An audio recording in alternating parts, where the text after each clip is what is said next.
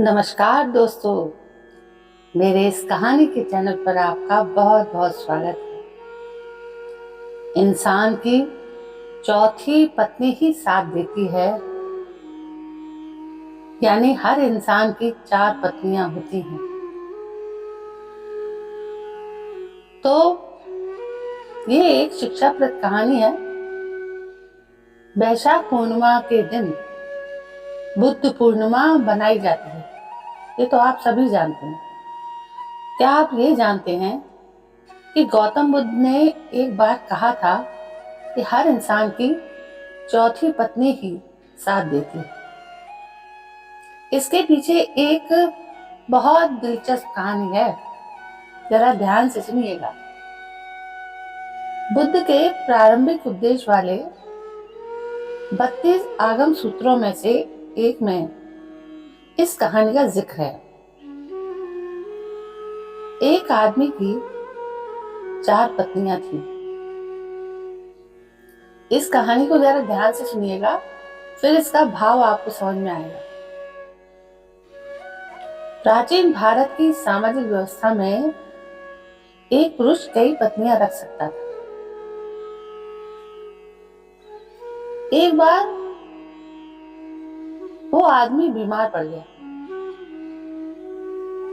समय बीतता गया और उसे अपनी मृत्यु करीब दिखने लगी। उसने अपनी चारों पत्नियों को बुलाया और बारी बारी से उन्हें अपने साथ चलने को कहा। व्यक्ति ने पत्नियों से कहा, मैंने तुम्हें दिन रात प्यार किया, उम्र भर तुम्हारा ख्याल रखा। अब मैं मरने वाला हूं, क्या तुम मेरे साथ चलोगी? चारों पत्नियां उसकी ये बात सुन रही थी।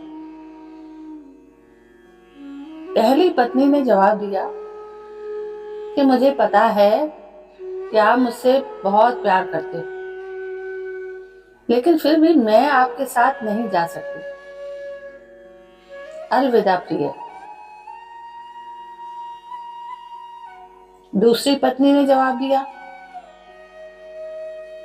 आपकी पहली पत्नी ने आपके साथ आने से इनकार कर दिया, तो फिर मैं भला आपके साथ कैसे जा सकती? तीसरी पत्नी ने कहा कि मुझे आप पर दया आ रही है और अपने लिए दुख भी है, इसलिए मैं अंतिम संस्कार तक आपके साथ रहूंगी,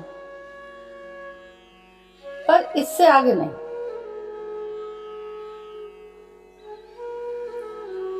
उस व्यक्ति ने चौथी पत्नी के साथ हमेशा एक दासी की तरह व्यवहार किया था। ना कभी उसे प्यार दिया, ना कोई सम्मान दिया। इसलिए उसे लगा था कि मृत्यु के बाद वो कभी उसके साथ नहीं जाएगी। फिर भी अपना मन में उसे लगा कि उससे पूछा जाए। उसने अपनी चौथी पत्नी से भी दूसरी दुनिया में साथ चलने के लिए कहा।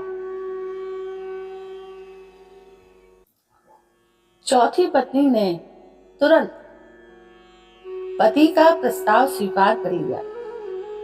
है ना आश्चर्य की बात। उस चौथी पत्नी ने तुरंत चलने को तैयार हो गई और उसने जवाब भी दिया,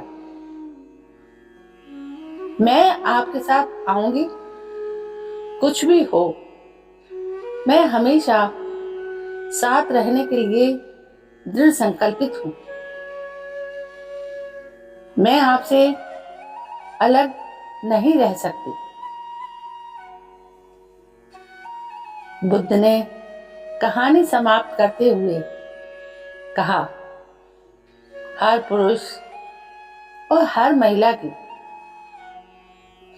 4 शादियां यानी पति होते हैं और हर एक की खास मतलब होता है। पहली पत्नी या साथी हमारा शरीर होता है,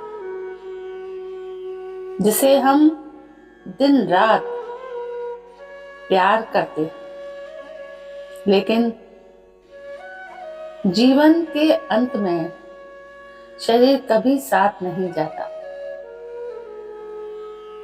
दूसरी पत्नी हमारा होती है भाग्य, भौतिक चीजें, धन संपत्ति, ये सब जिनके लिए हम सारा जीवन मेहनत करते हैं। मृत्यु के बाद यह भी साथ नहीं जाता। तीसरी पत्नी है रिश्ते, नाते, ये सब, ये भी मृत्यु के बाद,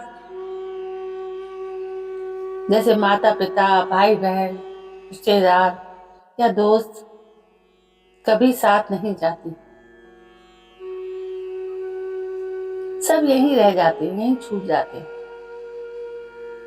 चौथी पत्नी है हमारा मन या चेतना। क्रोध, लोभ और असंतोष कर्म के नियम है। हम अपने कर्म से कभी पीछा नहीं छुड़ा सकते। जैसे कि पत्नी ने अपने पति से कहा था कि तुम जहां भी जाओगे मैं तुम्हारे पीछे चलूंगी, यानी यदि तुमने जैसे कर्म किए वो तुम्हारे पीछे चलेंगे। इसलिए बुद्ध ने कहा था हमेशा चौथी पत्नी ही साथ देती है। तो दोस्तों, कहानी के अंत में आपको समझ में आया कि वो सांसारिक पत्नियां नहीं थी, वो जीवन से जुड़ी, भावनाओं से जुड़ी, रिश्तों से जुड़ी पत्नियां थी, जो एक एक करके साथ छोड़ गई। एक एक कर्म और मन, ये ऐसी पत्नी है जो हमेशा अपने साथ जाते हैं। तो हमें अपने जीवन में सारे कर्म बहुत ही अच्छे से करने चाहिए, अपने कर्तव्य निभाने चाहिए। दोस्तों, ये शिक्षाप्रद कहानी आपको कैसी लगी? यदि कहानी पसंद आई हो तो प्लीज मेरे इस चैनल को सब्सक्राइब जरूर करें, लाइक करें, शेयर करें और कमेंट करें। कल मैं फिर हाजिर होती हूँ आपके सामने एक नई शिक्षाप्रद कहानी को लेकर। तब तक के लिए जय हिंद, वंदे मातरम।